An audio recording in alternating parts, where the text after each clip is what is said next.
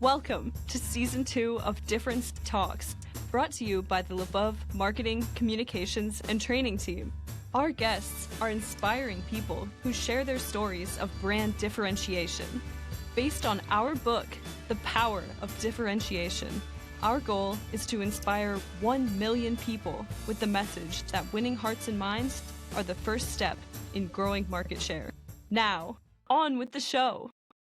Welcome, everybody, to Difference Talks. I'm Barry LaBov. I'm CEO and founder of LaBov Marketing and Communications. Today, Tara Halliday, Dr. Tara Halliday is with us. She is charming, fascinating, and she focuses on one thing. Remember, we always want to look at focusing on what makes us unique. What makes Tara unique is this.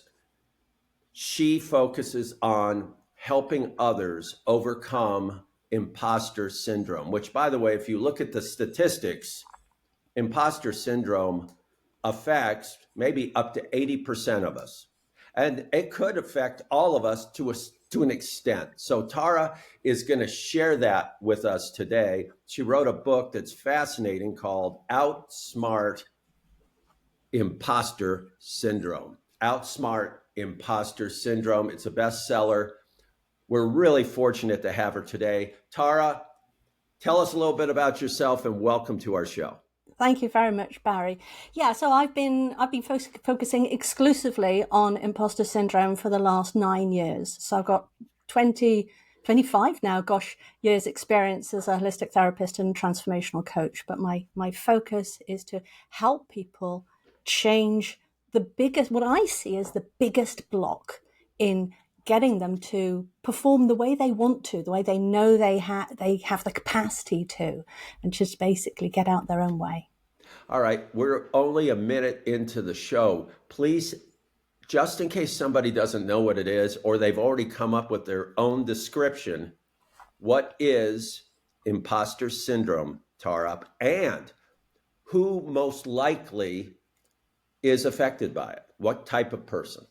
Imposter syndrome is the secret feeling of being a fraud when you're not a fraud, and the fear of being found out. So it's internal self-doubt that's undermining, and it affects, as you said, round about 80% of people. But I would say about 80% of high achievers. Those are the ones that notice it more, right? Because they're performing at a high level of success. There's this idea that with imposter syndrome that if I'm more successful, then I'll feel more comfortable eventually. Maybe if I get a next promotion or another contract or another award, that'll change everything. But it doesn't. So you've got people like Meryl Streep. She has more awards than any other actor on the planet. And yet at the beginning of each film that she starts to make, she has this self-doubt, and she asks herself, why would anyone want to come and see me? It's in this internal fight. Here's what's interesting. Imposter syndrome, 40, 50 years ago, 100, 300 years ago, was not named that. Tara, it's only been in the last decade or two that it's really caught on. I think it was 1978 when it was first named, but really pre-COVID, maybe 5 years before COVID is when it really started to be discussed. And originally, share how it was looked at, because it was a gender-related issue originally when they started to talk about it. But it turns out it has nothing to do with gender. Yeah, so this is fascinating. So 1978, and two researchers, Clance and Imes, they start to look at this feeling of self-doubt, and they look at female graduate students, and they identify it as the imposter phenomenon. They called it then. It's too many syllables. That's, I think, why it got changed to imposter syndrome. And they then did some surveys with men, and it seemed that women got it a lot more than men. So for almost 15 years, the research, other researchers repeated this, and they seem to see the same difference between men and women get it a lot more than men. And then in the mid-90s, one researcher made the surveys completely anonymous, absolutely confidential. And then the numbers came out equal. So what all these researchers had captured was actually a global cultural trend in which men are not allowed or not willing to express to somebody else and reveal what they perceive to be a weakness. And so, there's absolutely no gender difference. So are you saying that men, I'll speak on behalf of them, were far less willing, unless it was anonymous, to say, yeah, I feel very insecure. And when I'm going to take a test, let's say, I feel like I'm going to fail, even though I normally haven't failed, but I really feel I could fail. Or I'm an athlete or in an athletic competition, and I feel like, I can't live up to the one time I did do really well. So I can't do that. I'm not going to be good enough. And then there's all that anxiety. But men, as you were saying, were a little less willing to just open up compared to women. Yeah, and that's exactly it. And this is slowly changing. But I think it's a very slow societal trend, and people are talking about now, toxic masculinity, and that's one of the problems. And that's why men have, for example, a higher suicide rate than women. They're not allowed to share their feelings. So there's a whole movement around, liberating men's emotional landscapes, if you like. The goal we have for our podcast is we want to reach over 1 million people with our message. If you can influence people to go, okay, let's ratchet that anxiety down. Let's refocus and behave in a different way so we're happier people. We'll knock off a few of those 1 million people who are now saying, okay, this podcast helped me. So, Tara, run down, what is it? Because I want everyone in this audience to go, okay, that's me. Well, not quite me there. Oh boy, that's me. Okay, Right. You have the camera. Let's hear it now. Right. Okay, good stuff. So there are 3 groups of symptoms, and everyone has their own unique combination. So it's not all of them. You might have a few of them. So there's the imposter syndrome thoughts. Imposter syndrome thoughts are the self-doubt we mentioned, self-criticism, overthinking, feeling like you're not quite good enough. And feeling like you're lucky that maybe you got your job or position or contracts by accident. So then there is a physiological response, because this is basically you sending this something's not quite right signal to your brain, and your body responds physiologically, so it gets triggered into fight, flight, and freeze states. These are 3 nervous system states. It creates anxiety that you mentioned earlier, or overwhelm. It affects people's sleep. So it's really a high stress situation. That has knock-on effects on your ability to make good decisions, focus, performance, productivity. So everything that we want to be successful, it's undermining it, unfortunately. And then to try and cope with this stress, there are a group of behaviors that people do, which are characteristic of imposter syndrome. And that's perfectionism, procrastination, over-preparing, comparing, hiding your opinions, not speaking up enough, avoiding opportunities, and feeling like you just need one more qualification, or just need one more promotion, or just gritting your teeth and pushing through. So these are the 3 groups, and it's this cycle. It drives it because we do the behaviors, we can't seem to change it. Like if you have procrastination, and then you try to fix procrastination with time management and processes and all of this, doesn't work. And people go, okay, it's not working, it must be me. And that's the problem with imposter syndrome. All of these things going on, and the conclusion is, it must be me, it must be my personality.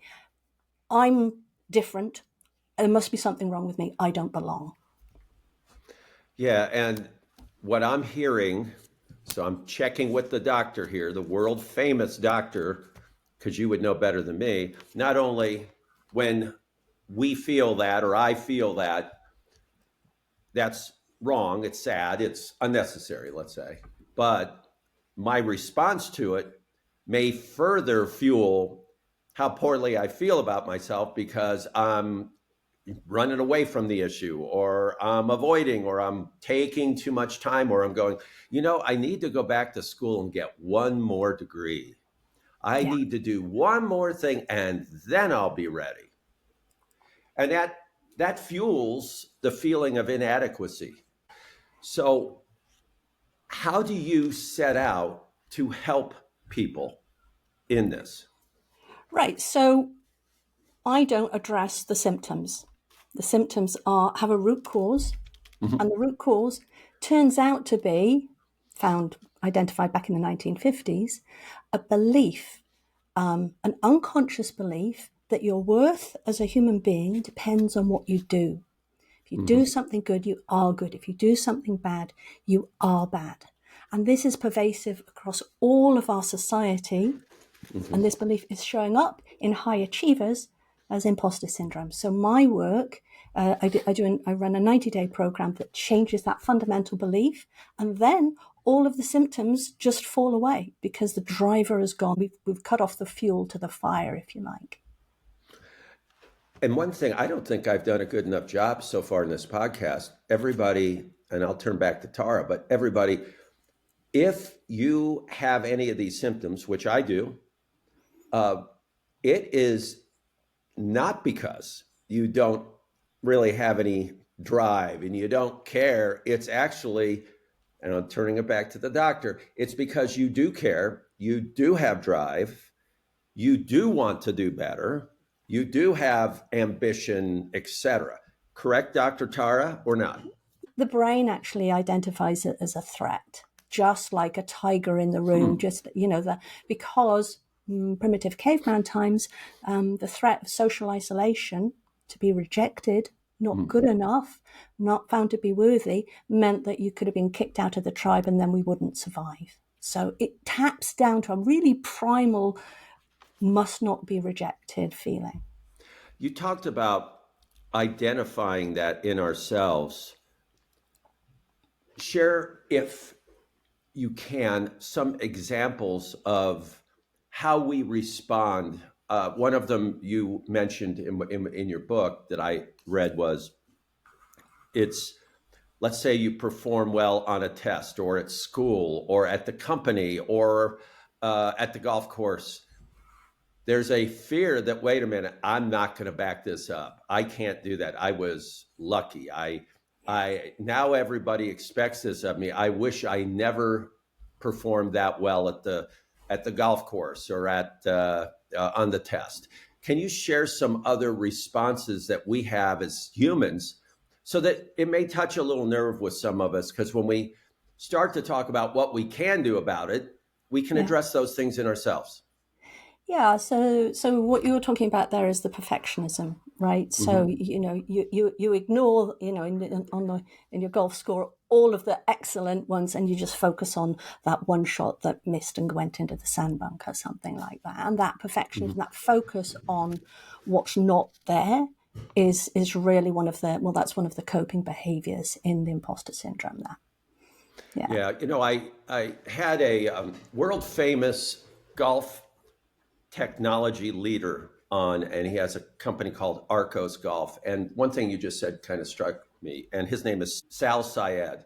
And part of what they've learned is that when you talk about golf, but this is in every sport, in golf, the average golfer thinks he or she is really doing poorly because they look at their statistics and go, oh boy, I should be hitting it more accurately, whatever. But the truth is, when you look at others at your level, most often you go, wait a minute, I'm doing okay. But we self-judge very harshly. Why is that? Yeah, that's actually the comparing, right? So the self-judging, the self-criticism is part of the not feeling good enough, and therefore I'm not good enough. But the comparing is what you're getting at there. So your brain is designed to compare because it needs to check the surroundings to make sure nothing's changed, so there's no threat there, right? It makes sense. But we do that in a society way, and we compare, and the brain's looking for differences. And when you're struggling with imposter syndrome, you see those differences as being a deficiency. So rather than saying, oh, that person's very inspiring, I'd love to be them, it's like, I'm not as good as them, therefore I'm not good enough.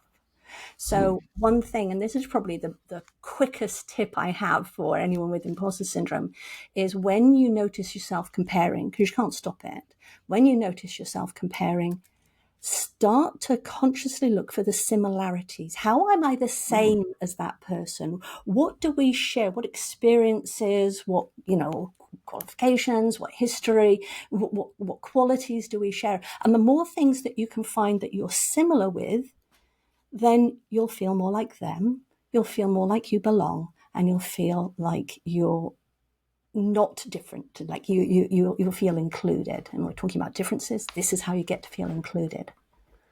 That's wonderful. I hope our audience is loving this as much as I am, because it's so basic human for us to feel these emotions. And then we concoct our own way of dealing with it, which is, okay, I'm not good enough, or this guy's so much better than me, or this woman has it together and I don't, and I'll never have it. And the reality is, it's just not true. It's us responding to it in a way that we shouldn't do. When we come back to the second half of Difference Talks, Tara is going to unleash her knowledge, and she's going to give us some tips. She already gave us one. And we're also going to learn about how in the world she started out in a certain focused profession and landed here. So we'll be right back on Difference Talks. Difference Talks is a LaBov production. Our focus is differentiation, and we believe it's more important than ever to differentiate your brand and experience. Contact us at labov.com for a conversation. We'd love to connect with you. Welcome back. We are with Dr. Tara Halliday from the UK, world-renowned author. She wrote the book Outsmart Imposter Syndrome. Brilliant. She's going to share some insights in the second half of our show to help us with this, because I think almost all of us in the audience either have some pretty darn deep imposter syndrome, or at least we are affected by it to some extent. And I am, for sure. First, though, I'm going to throw a curve at you. You did not start off doing this, Tara. You started off as an engineer. Now, what in the world is going on? You get an engineering degree, and now, a few years later, you're the world's leading expert on imposter syndrome. What was that journey? Well, it's a great question. So it actually started earlier than that. When I was about 13 in school, the careers counselor saying, what do you want to do with your life? Right. Mm-hmm. And I wanted one of two things, either to be a pilot, which sounded pretty cool, or I wanted to be a psychologist, because people fascinate me. And that was my motivation. So I go home and say, I want to be a psychologist. The family says, no, you're not doing that. There's no money in psychology. You need to get a good job that earns you money. And I happened to see an advert on TV with smoke flow going over a car, the wind tunnels. Oh, right? Yeah. And I thought, that's brilliant. So I decided from that I was going to study family improved engineering. And that was it, really. And so I had a 10-year career ended up as a director in a software engineering company, doing fluid flow, this lovely aerodynamic stuff. And then finally I escaped. And that was 25 years ago now. Yeah, something 25 years. Well, that's a great story for all of us. Actually, I started out at college in psychology because I thought it'd be great, working with people. And that worked really well until I heard our professor talking about he ended every day going to the asylum to get some laughs and kicks out of some of the more delusional people. And I went, oh, that doesn't sound like a very positive thing, So then I switched and left that and went into something else. But I think what our audience enjoys when we hear that is you pursued a path, and then you pivoted, you you looked a little bit at yourself and said, okay, I want to go do X, and you're probably better for it. Plus, going through the scientific approach that you do regarding imposter syndrome is an engineering approach. You have to look at what are the causes and the effects and what are the processes and how do you get this thing figured out. Yeah. So I want to focus your genius for the last few minutes here on helping our audience cope and or learn about imposter syndrome so that we can be happier, better, more adjusted individuals and, very possibly even more successful.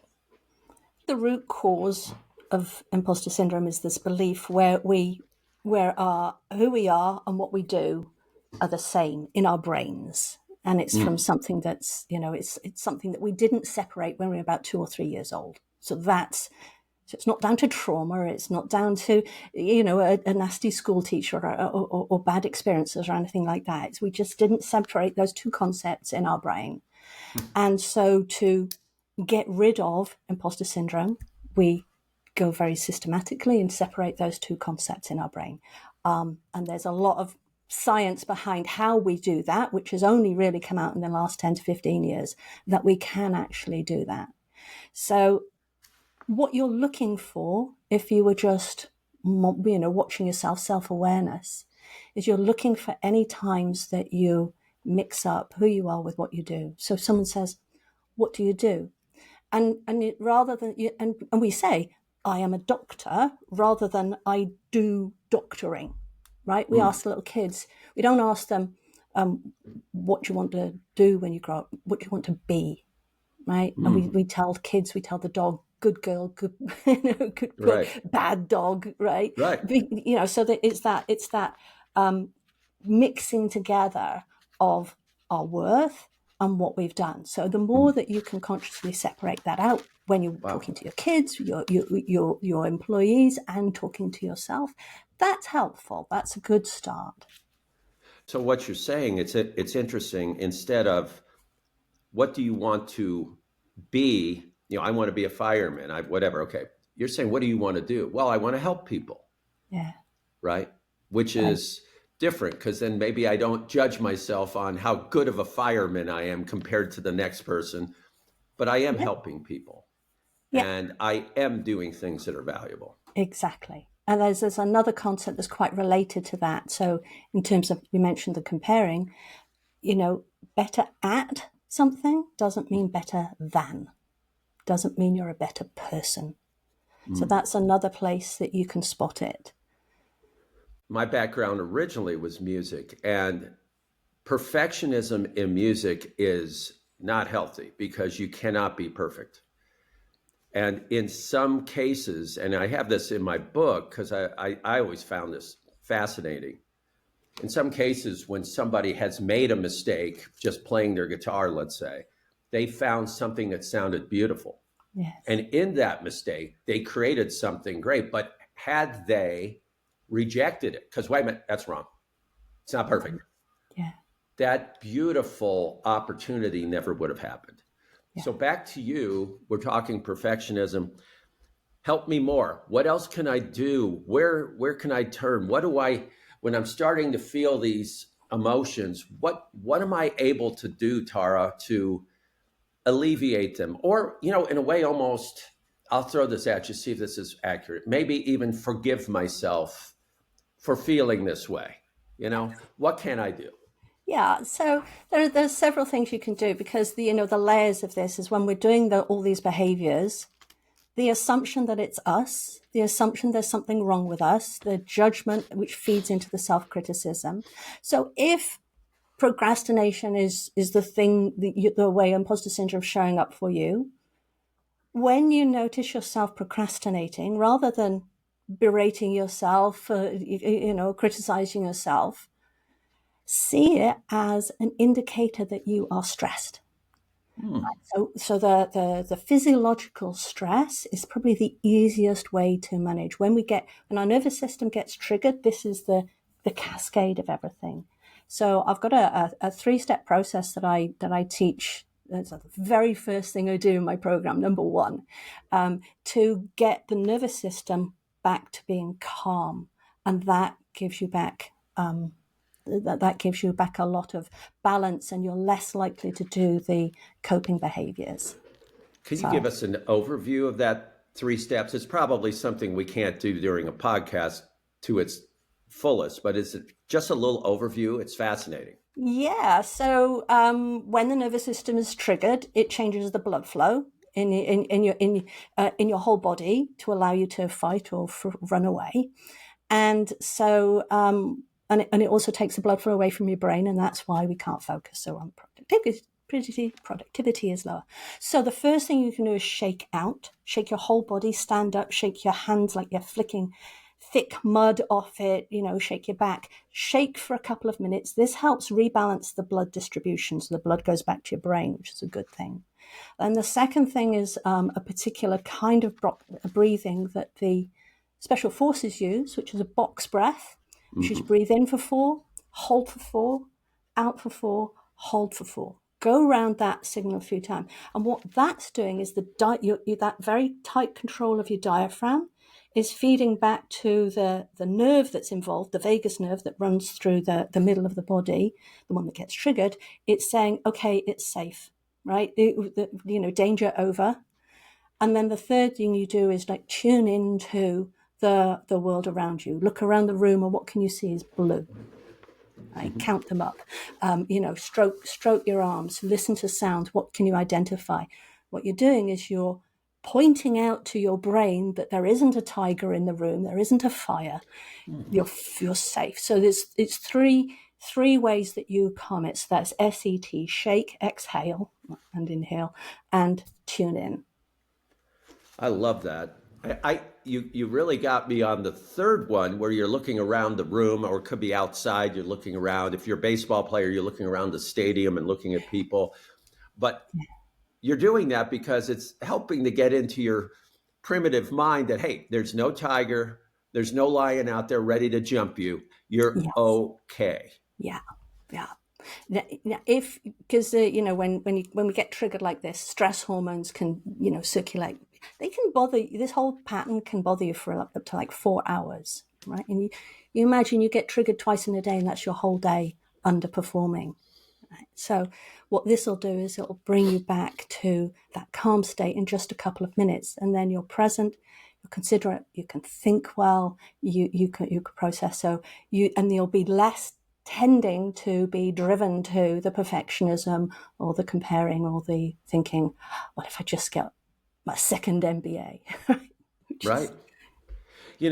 This relates to what I've been taught regarding sports competition. Some of the greatest athletes in the world suffered from this because they were at the very top of their game, but somehow they did not win the big one. They did not win the Super Bowl or the NBA title.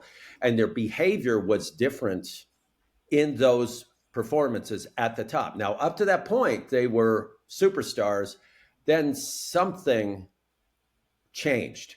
And very possibly, they did not believe in their head and their heart that, hey, wait a minute, I belong here. Yes. I can do this. I've been doing this. This is another game. And I think it affects all of us because we can beat ourselves up and we can almost concede defeat. Like, I'll never be able to do it. And what you said, Tara, throughout this is, it's not you. It's all of us have this, and we can help reprogram. Even a small improvement, maybe I'm wrong here, by the way, but because you're the doctor, but even a small improvement would be great in our lives. Tara, how can our audience reach out or learn more about you? Please share where they can find your book, share your website, and then I'm going to ask you one more question. Okay, so the book is everywhere that books are sold. It's on Amazon all over the world, and other bookshops as well. My website is completesuccess.co.uk, and LinkedIn, Tara-Halliday-PhD. I've got a newsletter that I write on LinkedIn, and my that's where most of my posts go, because the people most interested in resolving imposter syndrome are the ones who are looking hard at their performance. So it is the CEOs, the board members, the high achievers, the entrepreneurs. So that's where they are. I have already purchased your book, and I will leave a review on Amazon. And that's something I want our audience to realize too.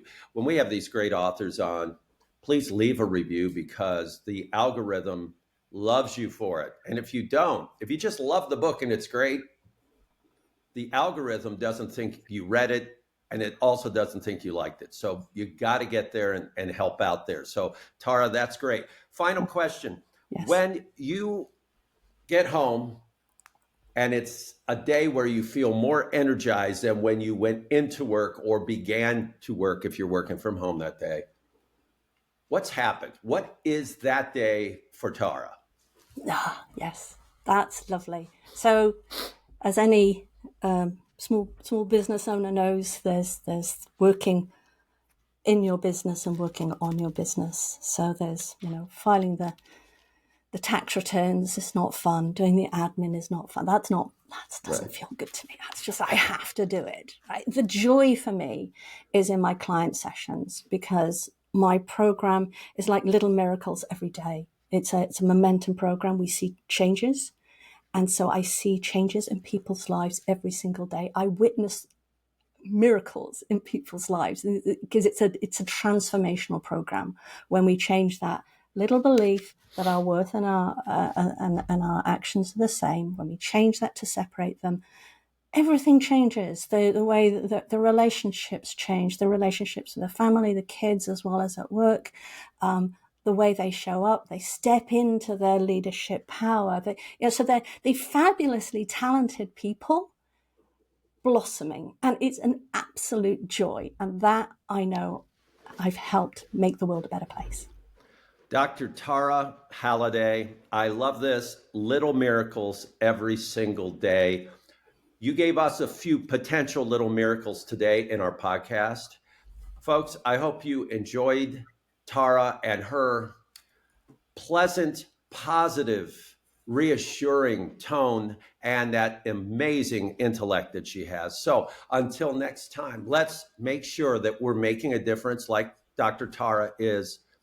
Thank you for listening and or watching Difference Talks. Until next time, thank you. Thank you for joining us on Difference Talks. All of us at LaBov are proud to celebrate great people with inspiring messages. Difference Talks was created, produced, engineered, and performed by the LaBov team. Even the music is original. Contact us at labov.com to learn how to differentiate your brand and give your team a sense of significance and meaning.